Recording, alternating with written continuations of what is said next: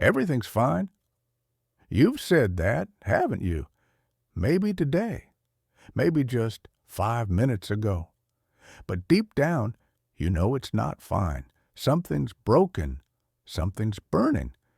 And the worst part? You're pretending like you don't feel it.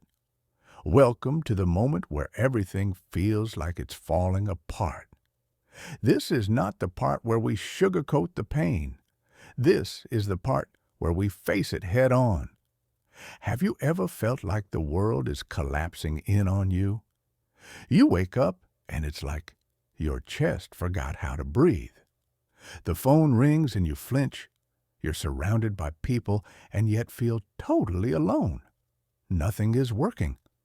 Plans are crumbling. You feel like screaming, but the world expects you to smile. Sound familiar? You're not broken. You're not weak. You're not alone. You're human, and you're in the middle of a storm. The first truth you need to hear, and I mean really hear, is this. Staying calm doesn't begin with pretending everything is okay. It begins with admitting it's not. We've been taught to suppress, to hide, to smile through the chaos. But denial doesn't save you. It delays your healing. Imagine your house is on fire, and instead of calling for help, you just draw the curtains and tell your neighbors, "Oh, it's just a little warm in here." Insanity, right? That's exactly what we do emotionally. We try to mask internal disaster with external calm. But true calm, real peace, it doesn't come from hiding the fire. It comes from facing it. Anxiety, fear, shame, failure, loss, heartbreak. Say it out loud. Name it. Because naming your pain is the first step to taming it. Psychologists have a term for this. Affect labeling. The act of saying how you feel, literally just putting words to emotions, calms your brain's fear center. So instead of letting your emotions drive you into a corner, you step into the storm and call it out. I feel overwhelmed. I'm terrified. I'm going to lose everything. I'm angry that this happened to me. This is not weakness. This is strength in its rawest form. The first step to change is awareness. The second is acceptance. Nathaniel Branden said that, and he was right. You can't change what you don't acknowledge. And you can't fix what you're too proud to face. Right now, you don't need a 10-year plan. You don't need a guru. You don't need to manifest positivity and pretend you're okay. You need truth. You need awareness. You need to stop pretending and say, "Yes, I'm in the middle of a mess, but I'm not giving up." Here's a truth no one wants to say out loud. The most powerful people in the world have all broken down. They've failed. They've doubted themselves. They've had moments where everything collapsed. But they didn't stay there. Think of Oprah Winfrey, fired and told she wasn't fit for TV. Think of Steve Jobs, kicked out of his own company. Think of J.K. Rowling, rejected over and over before someone finally said yes. They didn't pretend things were fine. They faced their storms and walked through them. Just because everything feels like it's falling apart right now doesn't mean you're finished. It means something is shifting. Sometimes things fall apart not to destroy you, but to force you to rebuild on stronger ground. Your job right now is not to have all the answers. Your job is to stand in the eye of the storm and choose not to run from it. Cry if you need to. Scream into the pillow. Collapse, but don't quit.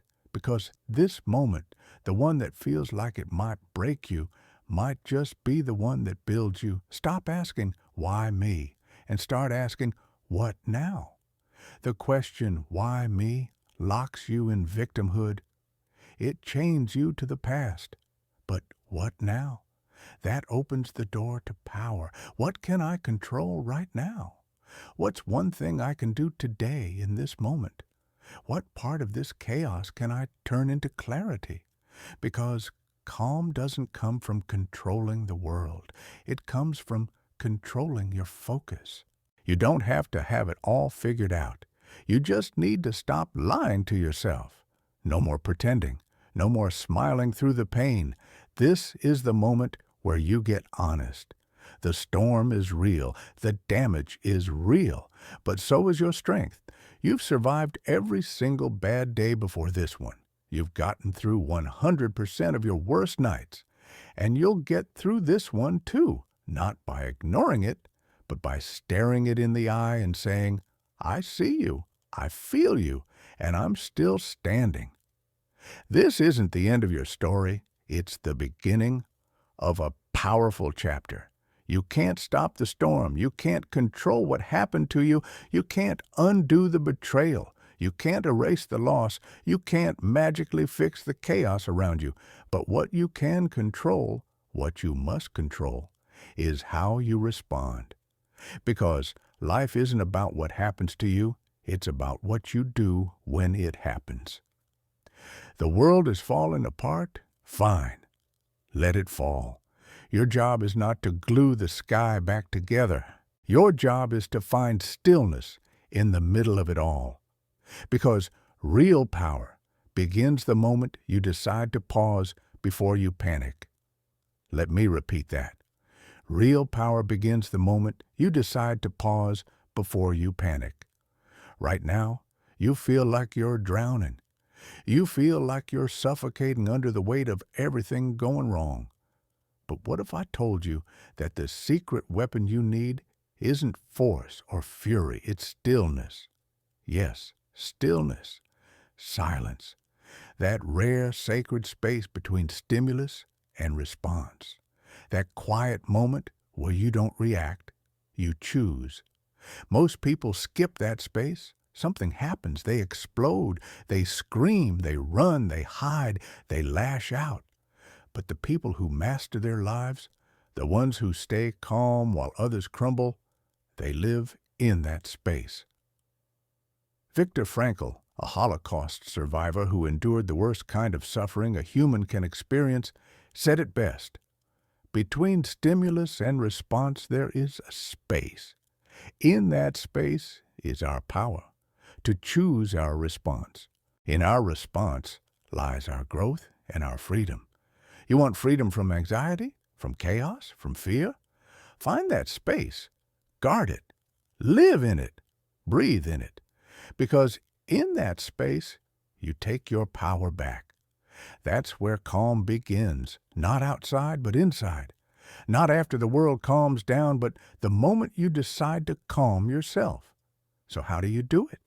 How do you stay still when everything screams for panic? First, you breathe. Yes, breathe.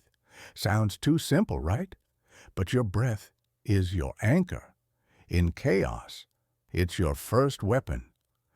Deep, intentional breathing, like box breathing, 4 counts in, 4 counts hold, 4 counts out, 4 counts hold, activates your parasympathetic nervous system.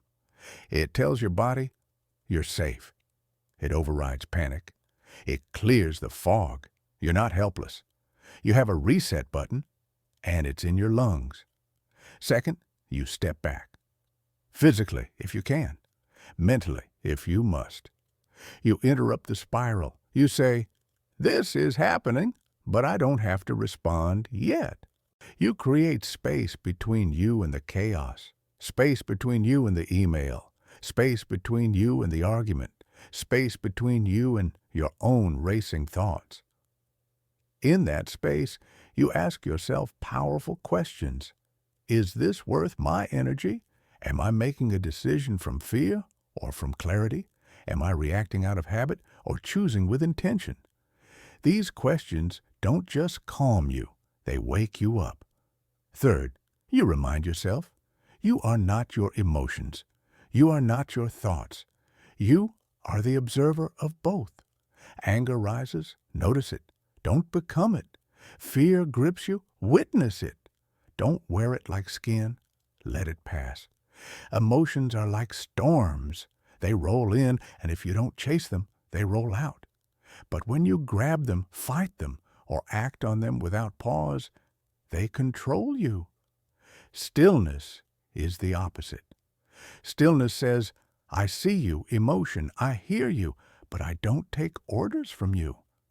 That's where power lives, in the space between the waves. And fourth, you act, when you're ready, from calm, not chaos, because staying calm doesn't mean doing nothing. It means doing the right thing, the right way, at the right time.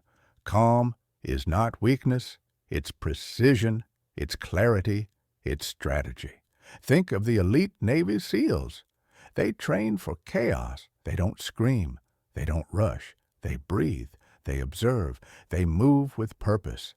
Because panic gets you killed. Calm keeps you alive. You're in a war zone right now, emotionally, mentally, spiritually.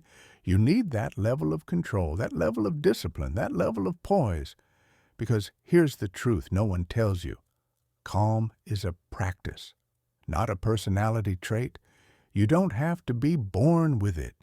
You train it, you build it, you earn it, every time you choose not to react, every time you pause, every time you breathe when your brain screams, run, every time you choose stillness when your world spins. You become the calm. You become the eye of the storm.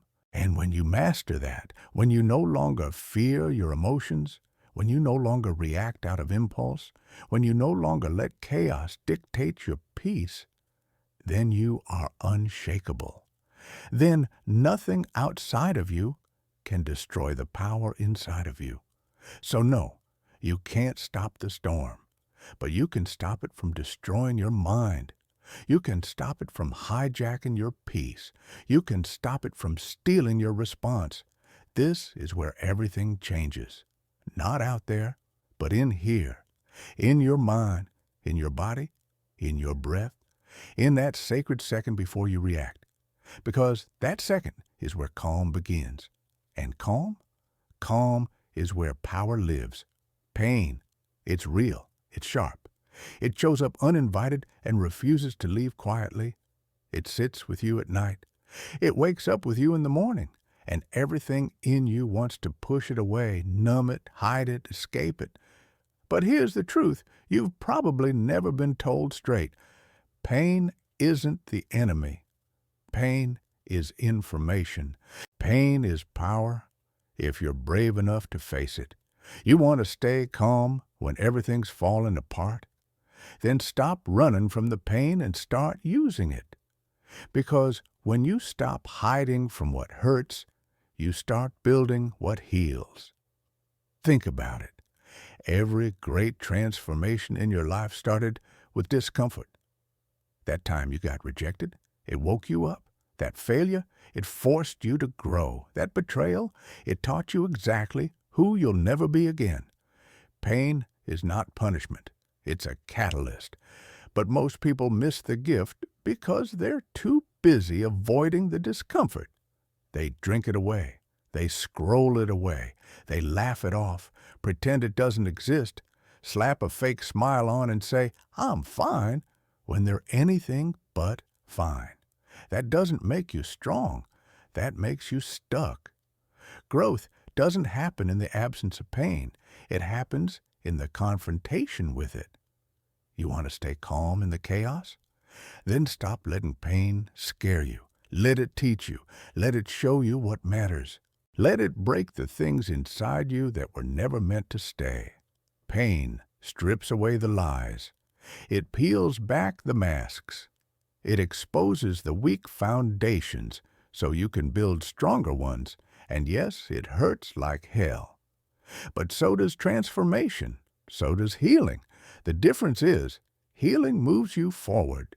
Pain can paralyze you, or it can fuel you. The choice is yours. You can carry it like chains or like fire. Let me say that again. You can carry your pain like chains, or like fire. Fire that burns through your excuses. Fire that lights the way for someone else. Fire that purifies, clarifies, electrifies your purpose. Stop asking, why did this happen to me? And start asking, what can I make out of this? Because once you turn the question, you take the power back. This pain? This situation? It's raw material. It's bricks for the foundation of your comeback. The heartbreak? It's teaching you boundaries. The failure? It's teaching you resilience. The loss? It's teaching you what really matters. Pain is the greatest sculptor of strength the world has ever known. Look at history. Every icon you admire, every leader, every legend, every change maker, they were all built in the fire. Nelson Mandela, 27 years in prison before he changed the world. Malala, shot in the head, but louder than ever. Martin Luther King Jr., threatened, beaten, jailed, but still marched forward. These were not superhumans. They were people like you. The only difference? They didn't waste their pain. They used it. And so can you. But it starts with permission. Permission to feel. Permission to not be okay. Permission to scream, cry, bleed, and still rise. You've got to stop hiding your wounds and start honoring them. Your scars aren't shameful. They're proof you survived, proof that you didn't quit, proof that the pain didn't win. Calm isn't about being emotionless. It's about being fearless in the face of emotion, being still, not numb, being open, not broken. Because once you stop fearing pain, you become unstoppable. What if, instead of hiding your pain, you turned it into your mission? What if your story of survival was the exact medicine someone else needs to hear? You've been through hell? Good. Now lead others out. You've been rejected? Great. Now show people what worth looks like. You've lost it all? Fine. Now teach others how to rebuild. The pain didn't come to break you. It came to build you. And not just for you, but for every person who will be impacted by your strength, your story, your voice. Pain creates warriors, not the ones who fight with fists, but the ones who walk with fire in their soul. Calm in the storm, power in the pressure. You've got that fire. You've got that power. It's buried beneath the hurt, but it's there, waiting. So don't run from the pain. Stand in it. Learn from it. Let it shape you. Let it sharpen you. Let it show you who you are. Because when you face your pain, you don't just survive. You transform. You rise. You become more than you ever thought possible. And when the world looks at you and says, "How are you still standing?" you'll smile, not because it didn't hurt, but because you found calm in the chaos, strength in the sorrow, and power in the pain.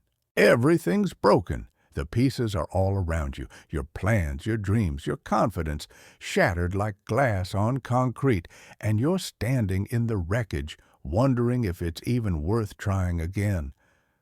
Let me make this clear. It is, because this is not the end.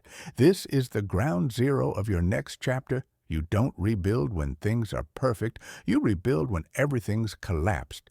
And the way forward starts with one brutal, beautiful decision. I refuse to quit. Not because it's easy, not because I have it all figured out, but because there's still fight in me. There's still breath in my lungs.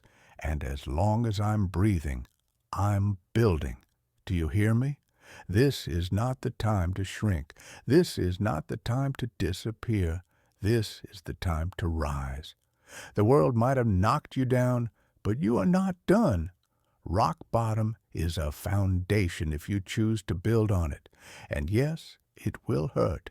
Yes, you'll be tired. Yes, you'll doubt yourself 1,000 times. But every time you get back up, you're making a statement. I am still here.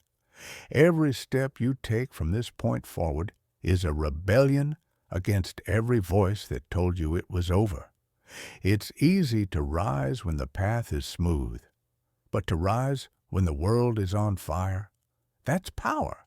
That's character. That's who you really are. You're not your failure. You're not your heartbreak. You're not your fear. You are what you choose to do next. And here's the truth that changes everything. You don't have to rebuild the whole thing in a day. You just lay one brick, you do one push-up, you send one email, you make one decision that says, I'm not giving up. Progress is not about perfection. It's about momentum. And momentum is built in silence, in sweat, in solitude, when nobody's watching and everything hurts. That's where greatness is born. You want to rise? Then stop waiting for someone to save you. Be your own rescue. Stop waiting for motivation. Use discipline. Stop waiting for clarity. Move with courage. The path gets clearer the longer you walk it. You don't need permission. You don't need approval. You need grit. You need vision. You need to look at the ashes of what was and say, I'm building something stronger now. And when you do, brick by bloody brick, something wild starts to happen. You become unshakable. You don't flinch when things go wrong. You don't beg life to be easy. You become someone who's ready for the hard. You develop armor not to shut the world out, but to stay standing when it tries to knock you down again. And it will. Make no mistake, life will test you again. The storms will come back. The doubts will whisper. But next time, you'll be ready. Because you've done it before. Because you know how to rebuild. Because you've already proven to yourself that you can rise from the wreckage. And once you've proven that, no one can take it from you. Not failure, not fear, not the past, not even your own doubts. You own that fire now. It's yours. Let it burn. Let it fuel you. Let it guide you forward. This is not the story of a perfect life. This is the story of a fighter, a builder, a survivor, someone who didn't quit when it got hard, someone who didn't give up when it fell apart, someone who stood in the ashes, stared down the darkness and decided, I will rise, I will rebuild, and I will not be broken.